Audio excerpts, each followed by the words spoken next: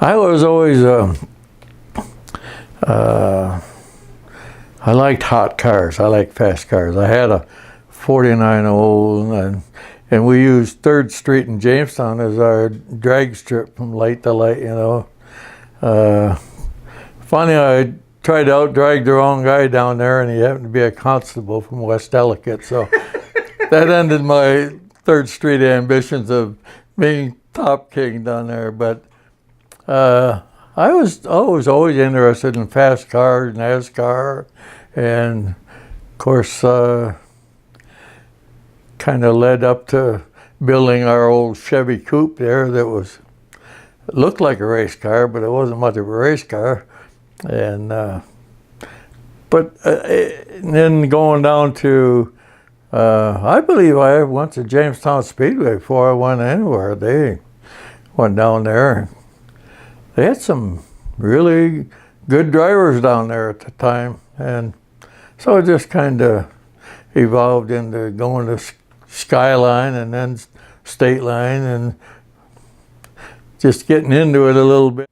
37 Chevy Coupe with a GMC truck engine in it, and like I say, it looked more like a race car than it really was.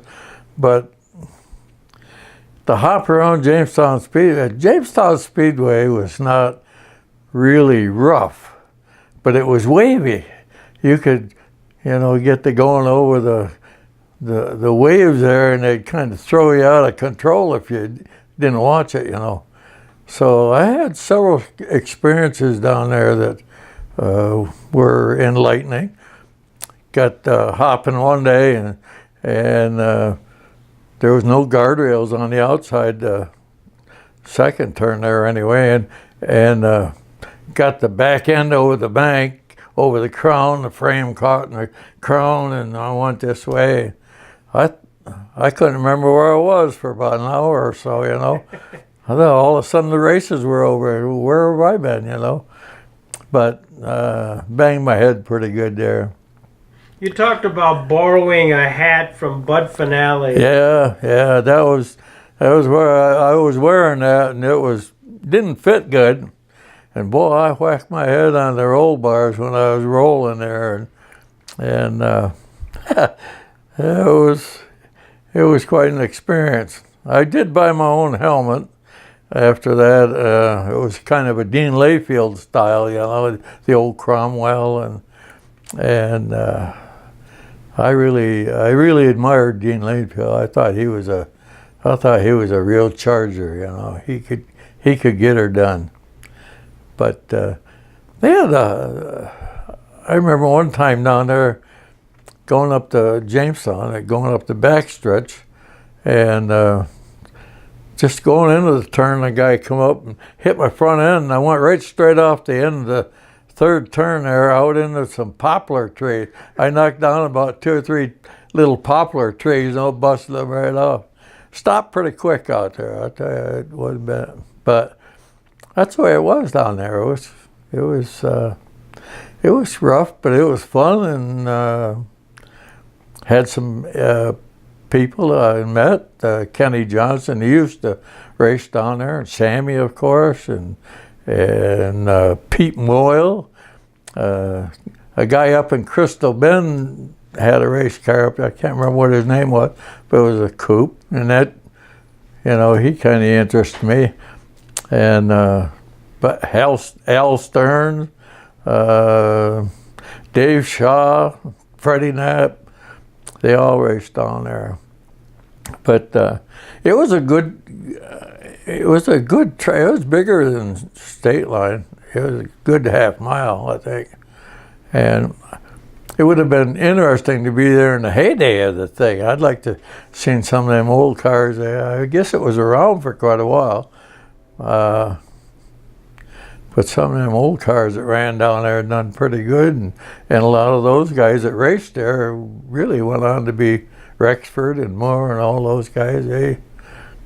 But yeah, it was a little dusty, but it was fun to go down there. I liked going down there. Yeah, going down into the first turn, in the second turn is where that track got kind of wavy like that, I thought. And a lot of guys you just kind of lose control of your car, you know, if you didn't really hang on to it right there.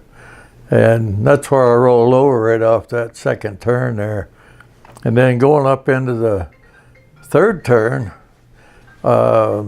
it wasn't far off the end of the track where all these small poplar trees were growing and stuff, you know. So I took a ride out through there one time, but all in all, it was a good track to learn on because there was a lot of room out there, you know. I got called into my draft notice there, and I just bought I think it was a 55 Chevy from Jimmy Reynolds in Erie. And they had a convertible. They was running a few convertibles there in late models, and it was nothing more than a hard top with a top cut off. That's about all it was. It wasn't really but I took it down there. I was going to go racing. I worked on the car, got it all set to go and everything, and I got my draft notice. So I had to sell the thing because I was married and needed the money and all that. So I took it down there, and Kenny Johnson ran it around there a few times. I didn't dare to run it around there. I was afraid I'd wreck it, you know. And I thought, well, I'll get Kenny Johnson. So he took it around there a few times, and I got rid of that, sold it. But that was a car of my dream. I thought that car was going to run, you know. I thought it'd be something. But it was trying to start that convertible division, and I don't know how far they got with it. I know that Johnny Reynolds had that car for sale, and I wanted something a little better, and so I bought that. The thing that I like, man, you could go fast on there. I mean, you get a crank. Even that old crate I had that wasn't fast, by the time it got the ends of the straightaway, it was doing pretty good, you know. Had to be in the late 50s or early 60s. But I'll tell you a story about Kenny Johnson. Kenny Johnson's dad was from the old country, you know. He was a Swede, and he was a pretty devout Christian guy, you know. And I remember one time Al Stearns spun Kenny out. Kenny ran a Hudson down there, and Al Stearns spun him out, and here comes, after the race, here comes Kenny's dad over through the pits, you know. Boy, he's just a trucking over there to Al Stern car, you know. And it seemed like he got there. I chuckled at it. It seemed like he got there, and he probably really wanted to cuss him, but about all it could come out of it, "You dirty skunk." I remember that just as plain as day, you know. "You dirty skunk." That's the worst thing he could say to Al Stern, Joe. Met a lot of nice people. Almost got in a lot of fights, never did, but almost. People back in them days seemed to be a little more, let's see, what would be a good word? They weren't so kind to each other as they are nowadays, you know. You don't want a late model racing nowadays. Them cars, they run a long time and don't look banged up. If I ever got into one of those, I'd have probably been the first one out. But I remember I remember them doing that, and it was a different race. They used to have powder puff races down there too, ladies drove. If I remember right, Sammy used to do pretty good down there, and I enjoy talking racing. I enjoy thinking about the old days. I got them pictures there the other day, and I looked at them, and I probably looked at them 100 times before, but they still, you know, your mind goes back and you remember things that were interesting. Had some wonderful memories, guys, that most all of them have passed on now. I don't know why I'm still around, but I'm glad I am. I remember he drove Rue Hanson's Chevy Coupe with a Cadillac engine in, and that thing would fly. I mean, when it was ticking, nobody could even touch that thing out there, you know. And Freddie drove for them guys too, and then Freddie drove for B&T Excavating and some of them, and I kind of made Freddie he was my hero back in them days, you know. And the old Ford we had there, was it the old Ford or the old Chevy? I had the Chevy, I had 99 Junior on it. Oh, really? And it ran so bad, I don't think he liked it too well, so I made it 00.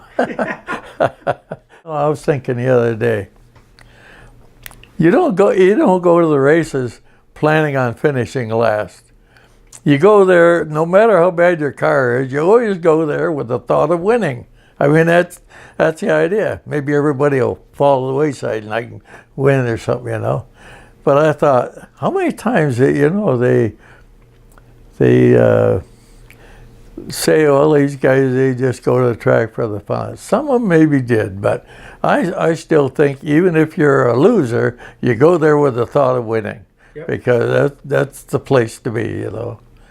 Yep, you learn a lot about life in racing, I'll tell you. Learn how to get along with people in a hurry, because if you don't, why, you get kind of labeled. I really appreciate all you guys done. You kind of revived my spirit about life. I get kind of work, nothing else but work. A bang-up job, not only of your interviews and stuff like that, but it's just the idea that you supported old-time racing and recalling people's memories, and memories are really what we live on, you know. I always said I was talking with Phil Knight one day, I said, you know, there's 3 words that old guys remember all the time. I remember when. I remember when, you know. You'll be talking to somebody and they'll you know, say something to you. Oh yeah, I remember when, you know.